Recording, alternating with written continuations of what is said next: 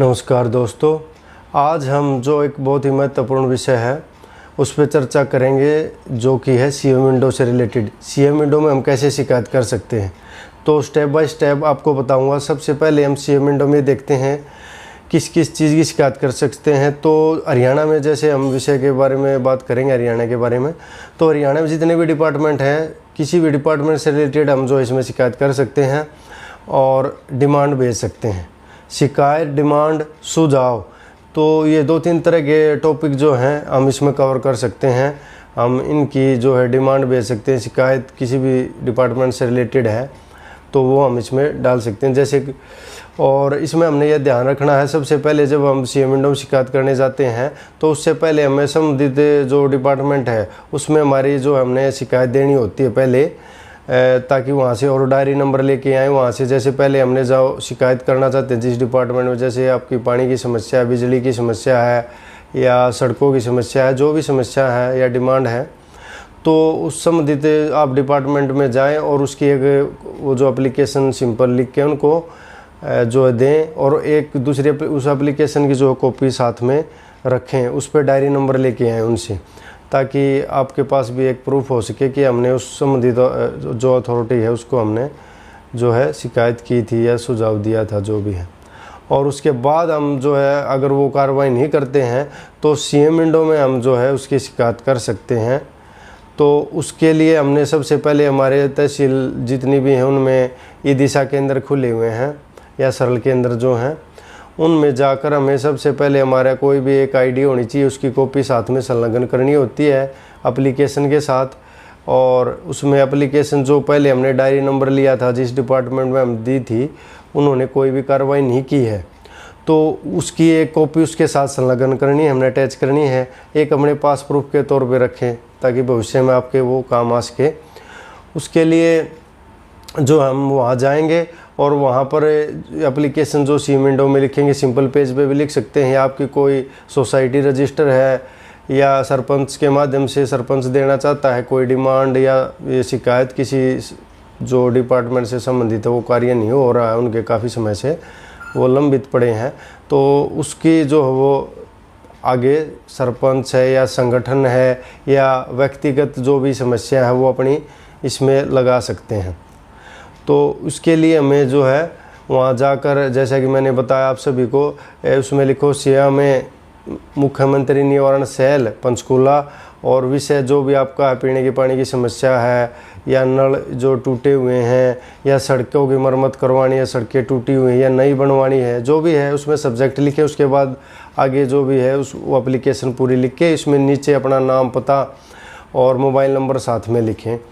और जो CM window का एक अलग से वहाँ पर पैनल बनाया हुआ है, दिशा केंद्रों में अलग से खिड़की है, वहाँ जाकर आप डायरेक्ट वहाँ वो एप्लीकेशन दे दें, और साथ में आपकी एक आईडी, एक डायरी नंबर जहाँ से डिस्ट्रिक्ट डिपार्टमेंट से आपने जो है लिया था वो उसके साथ में दे दे। आपको प्रिंट करके जो है उसकी वो देगा आपको एप्लीकेशन ट्रैकिंग जो फॉर्म होता है, उससे आप ट्रैकिंग नंबर आपके रजिस्टर मोबाइल नंबर पे भी आ जाएगा, आपसे मोबाइल नंबर पूछा जाएगा, आपने उस एप्लीकेशन पे भी लिखना है मोबाइल नंबर, ताकि आप भविष्य में उस जो शिकायत है या डिमांड है उसको ट्रैक कर सके।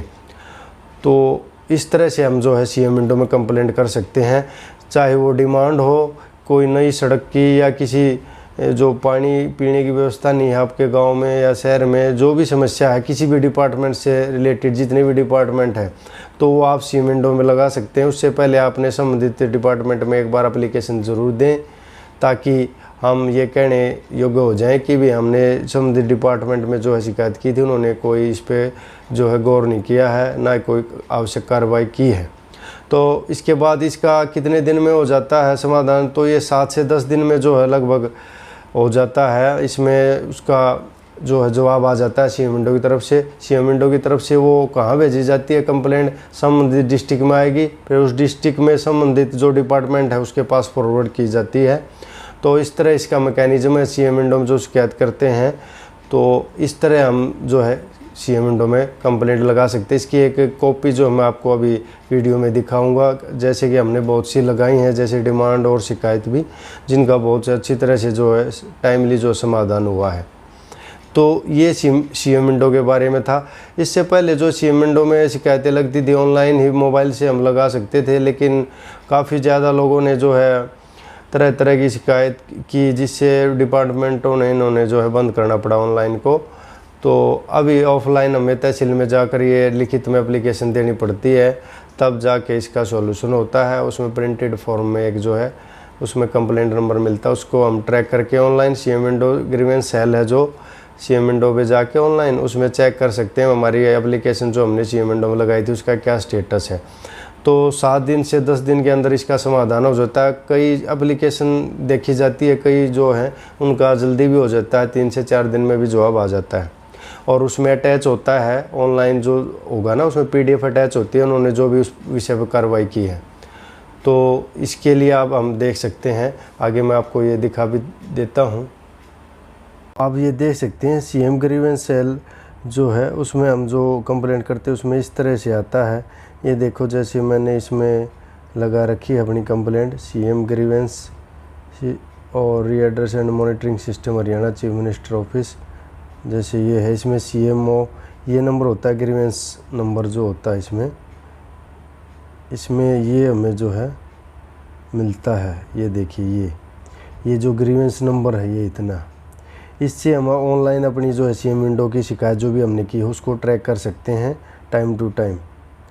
तो इस तरह से जो हम सीएम विंडो में कंप्लेंट लगा सकते हैं। ये देखिए, इसमें इस तरह से हमें जो है मिलता है पेज प्रिंटेड, जहां हम सीएम विंडो में शिकायत करते हैं अपने तहसील में जाकर, वहां सरल केंद्र या ई दिशा केंद्र पर। धन्यवाद।